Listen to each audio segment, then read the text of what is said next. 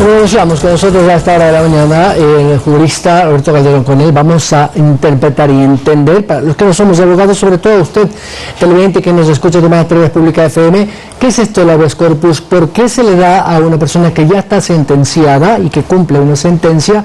Y si en estos casos está bien aplicada. Doctor Roberto Calderón, gracias. Buenos días.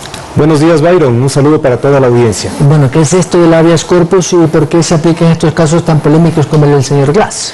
Bueno, el habeas corpus viene del derecho romano. Es una garantía de una persona no ser privada de su libertad por razones que sean arbitrarias, que sean injustas, de darle una garantía de que pueda tener un respaldo de que se vuelva a restablecer su libertad. Eso es principalmente el habeas corpus. Viene más o menos de la época del jurista Ulpiano, se encontraba en un tratado que se llama Pandectas de derecho romano, pero no se llamaba habeas corpus en aquella época.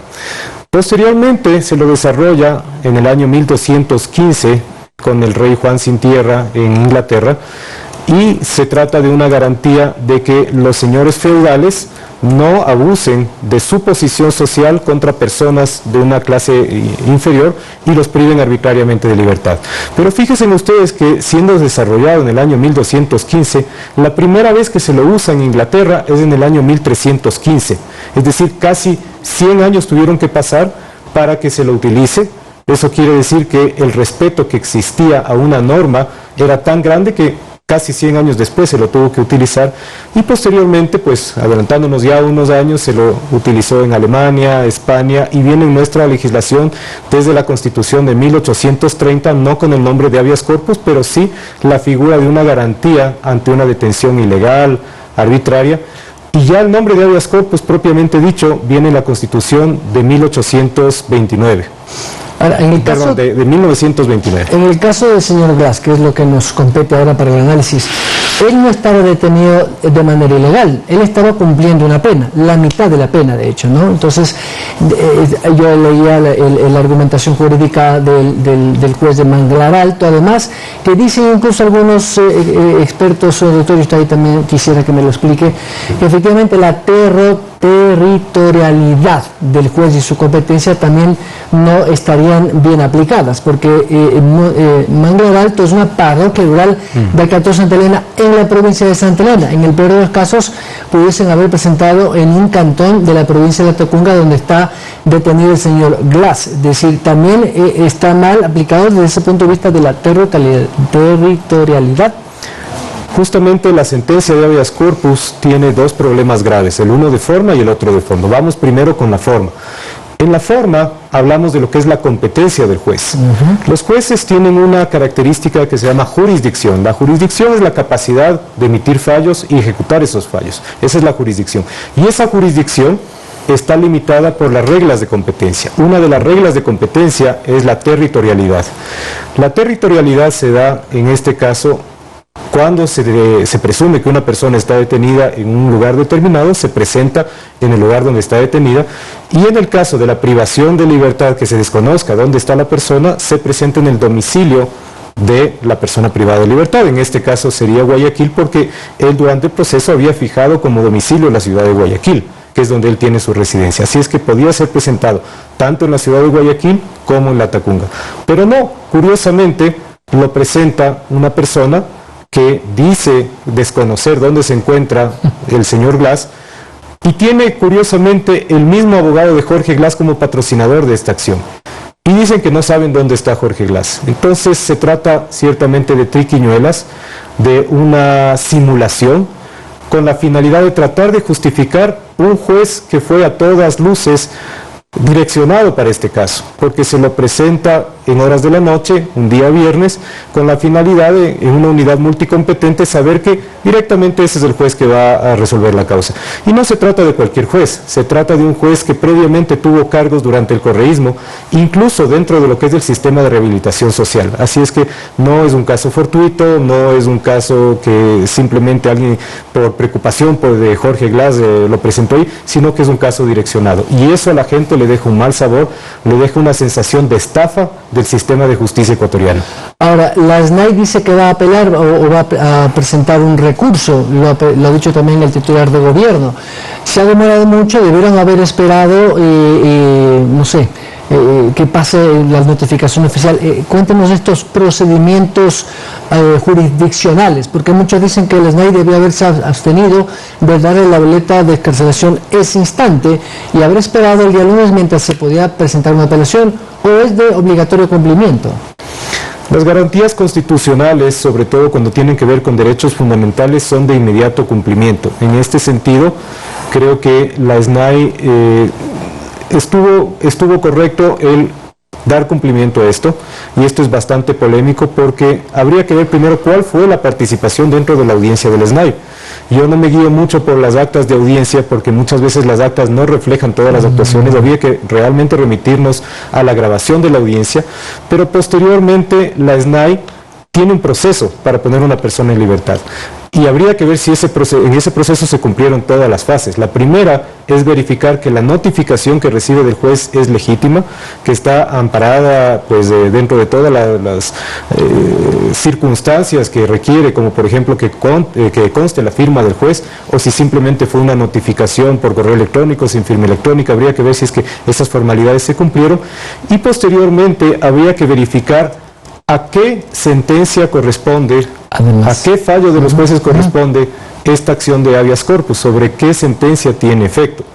En este caso, si es que es de manera general, si es que se interpreta que es para todos los casos, estamos hablando del caso sobornos, el caso asociación ilícita por Odebrecht y la privación de libertad de prisión preventiva por el caso Singue, habría que ver si es que tiene ese alcance. ¿Cuál fue la notificación que recibió la SNAI por parte del juez, si es que tenía ese alcance? He escuchado también que la sentencia del juez de Manglada Alto no se define en cuál de los procesos se refiere. Entonces allí, por ejemplo, podría ser una argumentación para apelar, es decir, que no se definió de cuál de los procesos de sentencia estamos hablando. Ahí podría haber un fallo en la sentencia de este juez. Por supuesto, pero lo más grave no es solamente la omisión en la sentencia del juez de determinar a qué fallo se refiere, sino que incurre en lo que se denomina una falsa motivación, una motivación incoherente, porque las razones por las que se le otorga el habeas corpus es en vista de que hay una afectación a la integridad de Jorge Glass y que él está siendo víctima de tratos inhumanos y degradantes. Pero lo cierto es que la presentación de varios médicos, varios profesionales de la salud en la audiencia, hablan de ciertas enfermedades que no tienen que ver con la integridad de Jorge Glass, no tienen que ver con tortura, no tienen que ver con tratos inhumanos, tienen que ver con enfermedades, con dolencias que son propias de la persona y que no devienen de tratos inhumanos. Así es que hacen toda una alegación del tipo de todas las enfermedades, de todas las afectaciones, dice que ve sangre en las paredes, que tiene afectaciones mentales. Pero bueno, habría que ver si es que eso es atiniente justamente a tratos inhumanos que nunca se probaron en la audiencia o tratos degradantes. Veo que hay una falsa motivación y eso pues es grave, pienso que eso se va a caer en apelación. Ahora, el señor Glass podría volver a presión si es que efectivamente la apelación que presente, por ejemplo, un abogado o la fiscalía o el propio juez de la causa, o por qué no decirlo, uno de los que inició uno de los juicios, por ejemplo, el señor César Montúfar, que fue uno de los que lo llevó a juicio al señor Glass, podría presentar este recurso en la Corte Provincial de Santa Elena. ¿Así es la jurisdicción? Existe ahí una controversia porque el artículo 44 de la Ley de Garantías Jurisdiccionales y Control Constitucional indica que cuando la privación de libertad ha sido dictada por la Corte Nacional, será una sala distinta de la que conoció el caso, la que resuelve la apelación.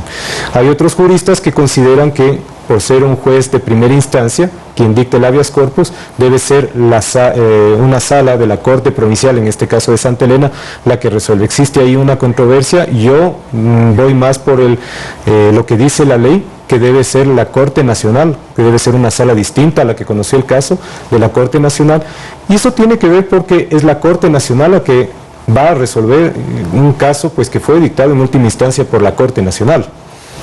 Ahora, el Pleno del Consejo de la Judicatura ha hecho conocer, y su titular también lo ha dicho públicamente, que no pueden actuar de oficio, que tendrán que esperar una denuncia para abrir un expediente administrativo. Lo que no ocurría antes, antes de la reforma, el Consejo de la Judicatura tenía esa potestad administrativa de abrir un expediente de manera directa a un juez cuando considere que habría violado un principio constitucional. El error por omisión eran algunas de las causales. ¿Ha perdido el Consejo de la Judicatura en estos casos esa capacidad sancionadora o está bien que los jueces tengan esta libertad de procedimiento? Pienso que es correcto que el Consejo de la Judicatura de oficio no presente acciones contra el juez, porque el Consejo de la Judicatura sobre todo tiene la misión, tiene la función de administrar, es decir, pagar los sueldos, pagar la luz, pagar los servicios, controlar que los horarios, que la asistencia de los jueces y el personal a su cargo pues sea adecuada, y hasta ahí. No debe meterse en lo que es nada de lo jurisdiccional, nada de lo que es presión a los jueces. Muchas veces esas sanciones de oficio a los jueces se las utilizaba cuando existía presión por parte de vocales, presión por parte de altos funcionarios, de que las sentencias se direccionen de una manera u otra. Así es que es correcto que más bien esa potestad pues solamente sea activada, la potestad sancionadora, cuando se ha activado el mecanismo a través de una denuncia. Muchas gracias, muy claro, Roberto, muchas gracias. Muy Perfecto, como siempre un gusto, gracias. Roberto Calderón.